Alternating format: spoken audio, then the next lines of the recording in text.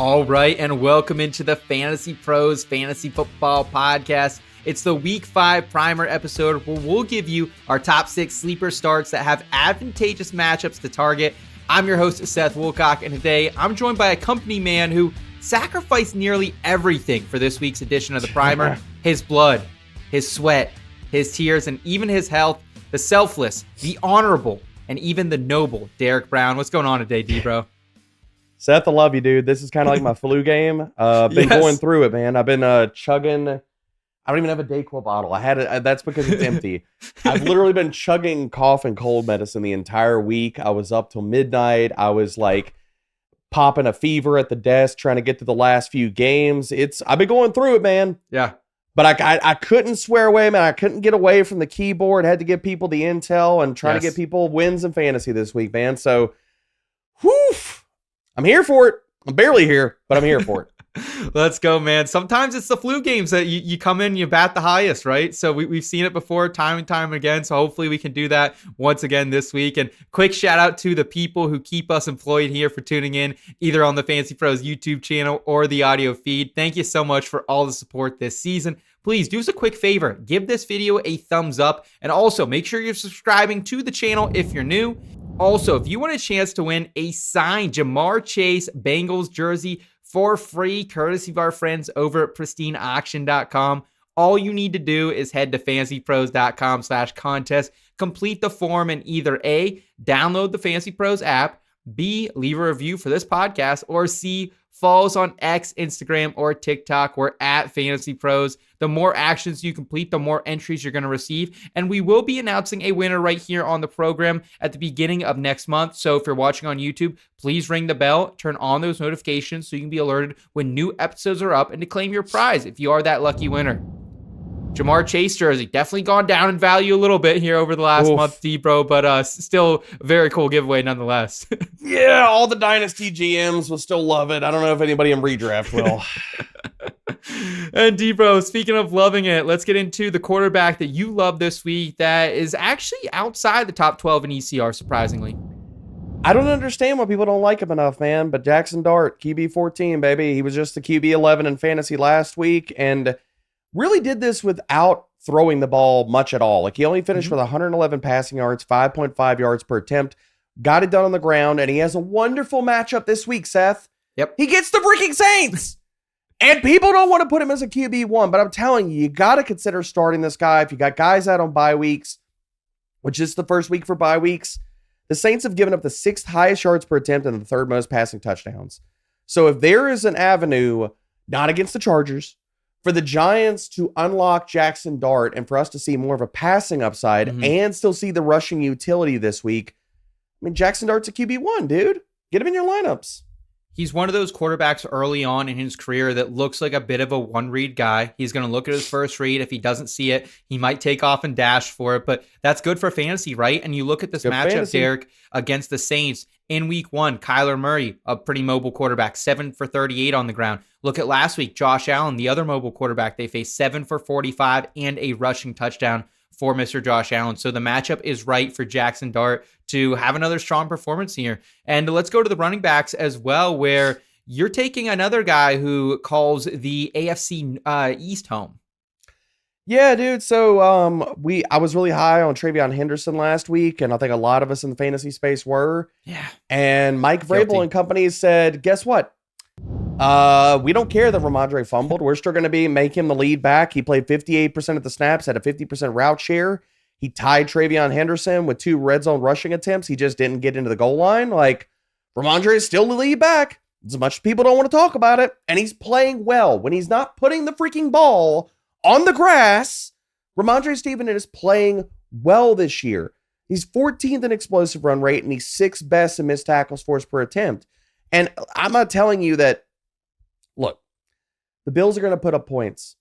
The Patriots are still going to run because you can run versus this Bills defense, and you're going to have success doing it. Mm-hmm. So if the Patriots want to try to keep pace or keep the ball out of Josh Allen's hands, they're going to feed Rhamondre this week against a run defense that's given up the 2nd most rushing yards per game and the highest explosive run rate. So Rhamondre Stevenson, I was kind of surprised when I pulled up ECR this week that I can even talk about him, Seth. Like, he is the clear lead back for the Patriots, but he's RB27 in ECR. Like, and he's got a fantastic matchup. Somebody's got to make sense out of that for me. I don't get it. I mean, the Bills have allowed the top 10 mark in rushing yards this season to opposing running backs. Everyone remembers what Derrick Henry did, going for over 160 yards in week 1 against them. But also, like, aside from that Jets game in week 2 that got a little weird, we saw the Miami Dolphins running backs have success with them on a short week. And then even last week, like, they made us all think that Kendre Miller actually might be a guy. I mean, that's pretty hard to do, Derek. It is. It's very tough. And the other thing about this is I don't understand why Travion Henderson, the second back in this backfield, is ranked above Rhamondre Stevenson in ECR. I think it's wrong. How much money do we have to do to like get Antonio Gibson traded to the Cardinals or something? Because then it would be even more of a smash spot. I'm just so sick of the 3-man rotation with AG there. Agreed. And speaking of the Arizona Cardinals, that's where you're going for your second running back sleeper start this week. Give us a little love down there in the great state of Arizona. So this is really just, I know a lot of people, because this was the talk of Twitter, this is talk of the fantasy space. Whenever Trey Benson went on the IR, people are like, oh, it's Amari DiMercado. Oh, it's Michael Carter. And people are like, they're taking sides. They're like, I'm on the Carter side. I'm on the DiMercado side. And I'm like, bro, I think it's the Carter backfield because we've seen this before. Like last year in week 17 through 18, Michael Carter drew 2 starts for the Arizona Cardinals. He averaged 18 touches and 70 total yards. He was the RB20 and the RB11 in weekly scoring in both those weeks. I think he's going to be the early down guy. Like if you look at how Arizona has operated their backfield throughout the entirety of this year, even with James Conner and Trey Benson, they had a clear early down guy and then a guy who was Trey Benson taking more of the passing down snaps. I think Carter is going to be the James Conner in this backfield, and I think Amari DiMercado is going to be the Trey Benson, and he's going to take more of the passing down work. And if Michael Carter, and look, again, this is shot in the dark because we don't know how it's going to work out, but I'm trying to read tea leaves and I'm trying to give people what I think is a strong flex play because he is down at RB40 in ECR right now. And if he is the lead back or he is the early down back in this offense, that ranking this week is blasphemous because the Tennessee Titans give it up to running backs. They're allowing the 5th most rushing yards per game and the 4th highest explosive run rate. So if Michael Carter is that guy, and he even came out when the media was talking to him, he was talking about his journey from the practice squad, and then he let it slip while he was getting interviewed. He was like, I've gone from practice squad to starting. There you go. That also needs to be factored in here. Like, you don't just come out and say that, and it wasn't him, like, just wagging his jaw, like, talking about that. Like, congrats to him. I loved him as a prospect, and I thought the Jets should have sat there and invested in him and not drafted Breece Hall, but that's a story for another day. But Michael Carter, if he's the lead back and he's going against this type of run defense, RB40 is laughably low. I mean, you look at what the Titans have allowed this season, the 4th most fantasy points to opposing running backs on the year. If you want a 2-game sample size for the last 2 weeks, they're number 2, man. And it's not like they've played great backfields, right? It was Woody Marks and Nick Chubb last week who went over 100 yards combined. The week before it was JT. So I'm in here on Michael Carter. I think he's very sneaky in the props market as well. I'm sure we'll get those lines as we get closer to the weekend. And what a wild week this has been, D-Bro, where everyone had to drop what they were doing yesterday after waivers had already ran and just sprint and try to pick up Michael Carter as fast as you could. And if you did, you have a potential plug and play this week against the Titans. It's a smash spot for you. So before we get to your wide receivers, I did want to remind everyone that you can dominate your fantasy football leagues with FantasyPros Premium. Now available for free 6 months on the house when you deposit and place your first wager on any of our partner sportsbooks, including Hard Rock Bet. This is the easiest way to get full access to our top fantasy tools all season long. Just go to fantasypros.com/premium to get yourself started. Derek, let's go to wide receivers, where your first one is a guy who might have even been dropped in a couple of these leagues recently. He might have been, man. And here's the thing. I'm not telling people to believe in Cooper Kupp for the entirety of the season, but especially with how Seattle was running their offense. But I think that this week could be a very good week for Cooper Kupp, and people need to be getting him in the flex. Because if you look at the matchup, look, Seattle does not want to throw the ball. They do not want to throw the ball at all. But this week, going against the Tampa Bay Buccaneers, the one thing that Tampa Bay does really well on the defensive side of the ball is stop the run. Seattle is going to be forced to chuck the ball in this game. And if they do that, Cooper Kupp is going to have a really nice day. If you look at just his per route metrics, if I were to tell you a wide receiver had 1.91 yards per route run on a 20% first read share, we'd be pretty, like, a little bit interested in that guy. But that's Cooper Kupp. The problem what's held his stats down on a weekly basis, and he does have one top 24 finish already in fantasy and a weekly scoring this season. He's just been terrible for the other ones because they don't want to throw the ball. So if they are forced to throw the ball, because they have the third lowest neutral passing rate, if they are forced to throw the ball and they can have success doing that this week, Cooper Kupp is going to be a very strong flex play going against the Tampa Bay Buccaneers secondary. They've allowed the 10th most fantasy points per game and the 6th highest passer rating when targeting slot wide receivers. And they did move Cooper Kupp out to the boundary last week. I think that comes back, and because if you look at weeks 1 through 3, Cooper Kupp 52% in the slot. I think he's going to be in the slot this week. And if he gets that matchup against Tampa Bay's nickel, he's going to succeed. Yeah, I just picked him up. I spent a little bit of fab on the wire this week to make sure I had a guy like Cooper Kupp to throw in the flex. And like, the efficiency hasn't been awesome. The opportunity hasn't been awesome. You noted that the team right now lasts in pass plays per game, 32nd, 27.3 of them. So it hasn't been great all around for Cooper Kupp. But like, you still look at some of these metrics and like, he hasn't been bad at yak, right? I mean, he's top 20 right now in the league for yards after the catch. So I do like that for Cooper Kupp, and maybe he can continue to kind of grind this out. I don't think it's going to be a fun watch or anything like that, but I just don't know if you can run against Tampa Bay, right? And that's you can't. Yeah. Like, well, Sam Darnold almost made this list. I want to be at full transparency. Sam Darnold almost made this video because I think Seattle is going to unlock their passing attack this week. I don't think that's how they want to play, and they're not going to play every single week. But I think looking at the matchup, I think Kubiak's going to look at the matchup and say, look, we can either do one of two things. We can either try to impose our will and be the same exact offense we've been every single week and try to run the ball and run into a brick wall, and this could be a gross game, or we could throw the freaking ball and have success doing so. And Sam Darnold quietly is playing really, really good football. A statement in the year 2025 I didn't think I was going to be making, but if Sam Darnold plays good this week, Cooper Kupp is going to be an extremely strong flex. Yeah, everyone who said Geno Smith to Sam Darnold was a downgrade, I don't think so. Yeah.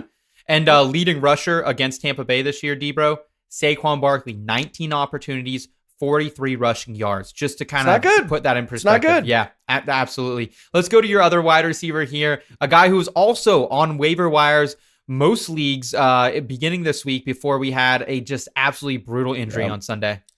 Pour one out for Malik Neighbors, man. That's just, I mean, the hits just keep coming, dude. We get these guys that, you know, so many players that we drafted highly and that we love in fantasy and then the NFL, like, that are going out with just these catastrophic injuries. Yep. But with Malik going out, Darius Slayton is going to step forward. And we've already seen this before, Seth. Last year when Malik Neighbors missed weeks 5 through 6, I'm not telling you Darius Slayton is going to get this type of target share, but he's done it before, people, and he did it last year. In the 2 games Malik Neighbors missed last year, Seth, brace yourself. Darius Slayton got a 29% target share. He got 57% of the air yards. He put up 2.5 yards per route run and averaged 89.5 receiving yards per game with almost a 37% first read share. He was basically thrust into the Malik Neighbors role. He finished wide receiver 7 and wide receiver 31 in weekly scoring in those 2 games. What happened when Malik Neighbors went out last week? Darius Slayton, and this is a small sample, so again, follow me on this, people, like grain of salt here. But last week, we've seen it last year when Malik Neighbors was out, and last week when Malik Neighbors went out during the game, Darius Slayton got a 20% target share and had 42% of the air yards. If he gets close to those numbers, Seth, he's going to have a fantastic day against the Saints secondary that's given up the second most PPR points per target to perimeter wide receivers. So yes, I like Jaxson Dart. If Jaxson Dart's going to have a good day and a good day throwing the ball through the air, Darius Slayton is coming along for the ride. Darius Slayton is so fun because it feels like every year By hook or by crook, this guy makes his way back onto fantasy rosters. Yep. He leads the Giants in receiving yards almost every single year, other than the last year, breakout rookie year from Malik Neighbors. So he's back, man. He is back. And the efficiency so far this season, it hasn't been a ton of opportunity, but still quarterback rating per target, 111.5, 25th best, production premium, 15th best in that as well. And I don't know what we get game script here. I don't know if the Giants will get out in front and then maybe we see a little more Scattaboo and Jaxson Dart on the ground. But this could be a spot for the Saints at home, right? They get up and maybe the Giants have to chase a little bit with a rookie quarterback. Well, anyway, you kind of slice this. Okay, maybe the Saints get up in this game and then the Giants are chasing and throwing the ball. Mm-hmm. Or the Giants say, look, like we can't sit here and go like full run game, lean on a lead and our defense save us and stuff like that. We need to infuse Jaxson Dart with confidence and we got to throw the ball. We got to do it well because if we want the rookie to succeed and we wanted to play well, he can't just get back in the pocket and then take off running if his first read's not there. So this is a good avenue for you to kind of open up the passing game. And the other thing about like last week with the Giants just in general, Malik Neighbors, we know it was central to what they wanted to do in their passing game. When he goes out in the first half, your entire install, your offensive game plan goes out the freaking window, like during the game. So now they've had a week to adjust, kind of like reacclimate. And this is a good opportunity because the upcoming schedule for the Giants is rough. They're going to be trailing in a lot of those games, like both the Eagles games, the Broncos game. So they're going to have to rely on Jaxson Dart, not only his legs, but his arm. They're going to do that. They need to get the chemistry going between Jaxson Dart and Darius Slayton. Darius Slayton, one of my very final picks in the Scott Fish Bowl this week. He will be in my lineup coming into week number 5. Let's go to the other New York franchise where you have a tight end you're looking at. I've been talking about him in the waiver wire article for the last few weeks, and we finally saw it happen, Seth. Mason Taylor broke out. This last week, Mason Taylor broke out and was the tight end 11 in fantasy last week. And it's not just, he lucked into a touchdown. He ended up with like 30 receiving yards. This dude earned a 25.9% target share. He had 2.5 yards per route run and a 33.3% first read share. So I was talking about the entire offseason. Like, look, you got Garrett Wilson. They need a second option to step up in the Jets passing attack. And finally, we have it. Mason Taylor is the second option in the Jets passing attack. And for a player that walked into the season dealing with an ankle injury and wasn't fully healthy, you've seen the ramp up. He's been a full-time player every single game. But last week, massive ramp up. The week before that, so it's not just a one-game sample, he got 6 freaking targets. So we've seen the ramp up over 2 games. He finally coalesced and went into the box score last week. So Mason Taylor this week, we know the Jets and the Cowboys are going to put up points. Both those defenses are not as good as people would think they are on paper. We know Dallas is bad, but the Jets have not played good on defense either. They are going to be forced to throw the ball, and Mason Taylor is going to be the number 2 option. I mean, I've got him ranked as a tight end 1 this week, Seth. Wow. You're telling me a guy's going to get over a 25% target share and he's going to be over a 30% first read share? Those are elite type of numbers, and I'm not saying that's going to be every single week. Sure. But tell me how it's not close to that, considering the constitution of this offense, too. Well, you need a couple things to be a fantasy difference maker at the tight end position. One is you should probably be the second or the first option in the passing game. It looks like he is that. Yep, check that. Yep. You need to be on the field a lot. Well, check for that as well. He is 90% of the route participation in the Jets offense. That's 4th among tight ends. Also air yard share here, 12th best among the position at 14.6%. So the opportunity is there for Mason Taylor. And what better secondary to target him against than the Dallas Cowboys that I don't even think they could catch your cold right now, Derek. I mean, it's been bad, man. Dallas blown coverages, players playing bad. They don't have any answers on defense, and I don't think they're going to have any answers. So, Mason Taylor, if you picked him up off of waivers, kudos. If you're starting him this week, let's go. Let's go. Well, all right, guys, that'll do it for us on this episode of the Fantasy Pros Fantasy Football Podcast. Please comment down below your favorite Week 5 sleeper starts. And while you're here, make sure you're smashing that like button and subscribing to the channel if you're new. For Derek Brown, I'm Seth Woolcock. Take care, y'all.